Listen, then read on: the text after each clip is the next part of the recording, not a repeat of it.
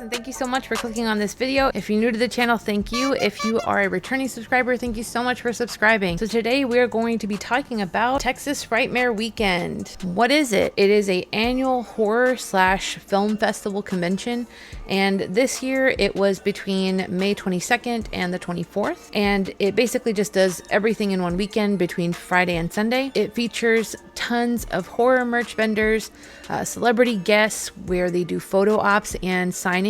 There's cosplay by people who just decide they want to dress up and do extraordinary costumes, which are super fun to look at, and often they will take pictures with you. There's also some themed parties that they do, which I did actually participate in this year, which was pretty cool. What does it cost? So this year it cost $69.99, I believe, for the whole weekend if you wanted to do all the days. If you wanted to do only Friday or Sunday, then it was $39.99. And then if you wanted to do Saturday in particular, then that was $44.99.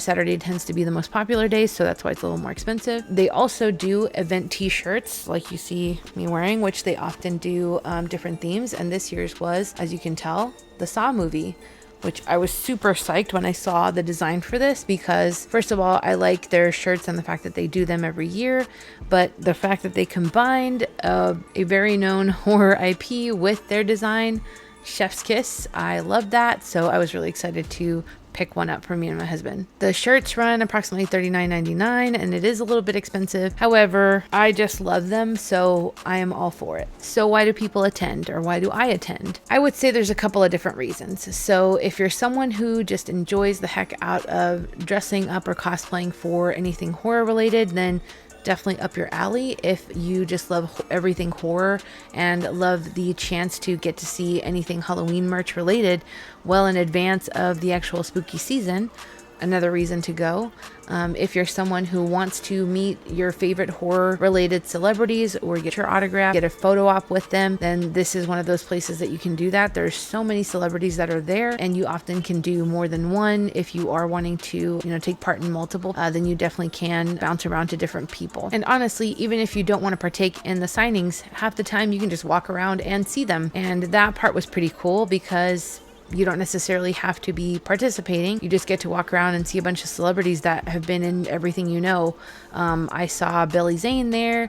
I saw all of the kids who are participating from the Welcome to Derry show. I saw all of the alums from the Scream franchise, which they have been there, I believe, the last couple of years that I've gone. And yeah, it's just really, really cool to be able to see some of the legends of horror that their faces so well, to actually be able to just see them standing about 1,000 feet from you. It's pretty cool. So that being said, that is one of those experiences. But if for nothing else, if you just love being able to see a bunch of merch from vendors who may not necessarily have an actual in-store option, then that's another cool thing. Some of the vendors are available like on Facebook pages or maybe Etsy, things like that, but they do set up whole little stations where you can actually see their merch, get to experience what they're passionate about, and it's just really cool to be able to see and participate in. So what's not so great about it? If you've seen my other video that I did on the first time I actually went to this event, then you will already know some of the grievances I have with the event, and sadly those things did not change this year. It has made me think that perhaps I will skip the next year, or maybe even two, and that is because the organization by whoever it is that actually does the event or organizes it is just awful. You get there and there's just a mass of people, and there's what looks like lines or people just standing around everywhere, so there's really no rhyme or reason or direction to where you're supposed to go. The other big problem that I have is that you're supposed to, even though you can buy a ticket online which will generate a QR code that is scannable, you're still required to take that ticket and go to will call in order to get a wristband. And if you see the giant line out front and you're not aware of that wristband being necessary, then you could go through that entire line, be waiting for what feels like hours, get to the door, and then be turned away because you don't have the wristband, and they'll send you back to will call. I had that experience the first time I went, and my husband honestly was so put off by that situation, he wanted to leave. I convinced him not to, because because I really wanted to see inside and see all the merch. But this time, because we knew in advance, we went to Will Call first because we already happened to know where it was because we had gone to the Irving Convention Center before. So we went and knew exactly where to go, knew to get our wristband, and got in line. But we saw multiple people who did not get their wristband because, again, there's no direction. There's nobody really making it a point to walk around and ensure that people know where they should go, what they're supposed to do. Honestly, also, the QR code itself should have very clear instructions, or honestly, you shouldn't provide a QR code period if it's not really a ticket, because that doesn't really make a lot of sense. But also, the other upsetting part about it is that when you get to that front door and they do inform you of that and they turn you away, it is in the most rude way possible, which I completely understand if there's signage everywhere or if the ticket itself had informed you that that was the process or what you were supposed to do, or if there were like signs around the whole place telling you that that was the case, then by all means I could understand being a little short with people because they're just not reading the instructions. But there's so much chaos in that front area and there's so many people that you can't see or find really anything or anyone anyway, even if you wanted to, but there's none of that. And so for you to have no patience or just be downright rude to people when they get to the front and don't have their wristband and they've paid the amount of money that they paid just to get into the facility, that's pretty, I don't know. I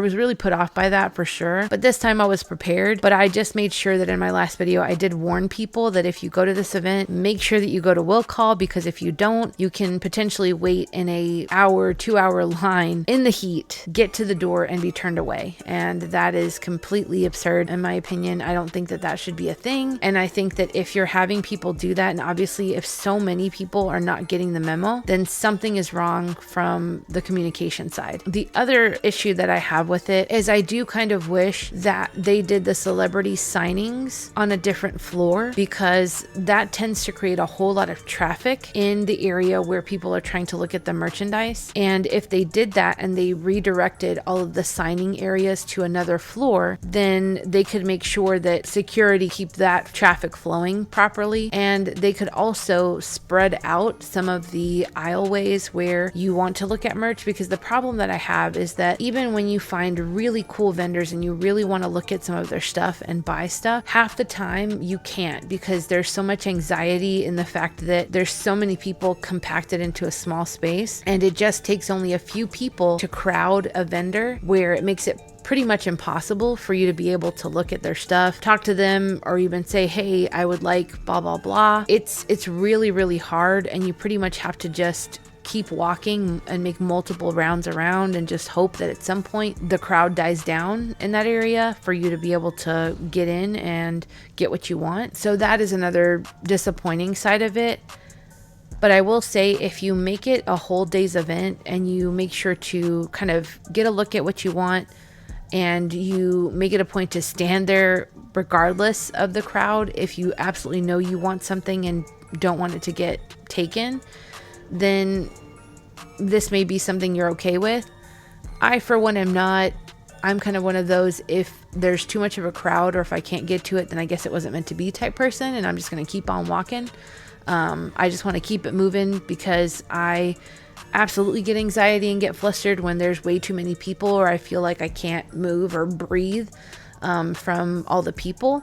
So luckily I didn't lose my patience, and I just kept making rounds and bided my time, because there are some vendors that are absolutely worth waiting for, especially the people who do like graphic design or art. Those are my personal favorites and what brings me to the place every time. One of my favorite things that I've gotten recently, or gotten this year, is a 13 Ghost, the Jackal, and it is done in a way that it glows in black light. It is so cool, and this artist does so many pieces that are similar to it that honestly, I want to decorate my entire house with their art. It's so cool. I was really excited to add this piece to my collection. The other thing I got was a really cool neon colored Killer Clowns piece also, that looks like those balloon water gun races, and it's pretty cool. I have several things that are Killer Clowns, and again, I've mentioned before that not a huge fan of the movie, but I love the concept art and all of the coloring and theming for that movie. That's why I tend to have a lot of those things in my collection. Another poster that I got that had some holographic elements to it is a Ghostface Scream related one. Again, super talented people that come up with these things, and I love them. And that's one thing that I look forward to when I go there, is the unique things that aren't something you can just buy in any store. And I love supporting those type of artists, so that's always exciting. And if you're into something like that, then I absolutely recommend going and checking out Texas Frightmare at least one time, so that way you can get your fill on those types of vendors. I also am a huge fan of weird and kooky earrings. If you can't tell, I tend to invest a lot in crazy earrings. It's just one of those things that I enjoy. They're also conversation pieces, and I tend to spark up conversation with random people over it, because people do somehow tend to appreciate the unique quality in earring choices that I tend to have, so which I like. It's not for everyone, I know that, but I am absolutely into the fun and crazy earrings.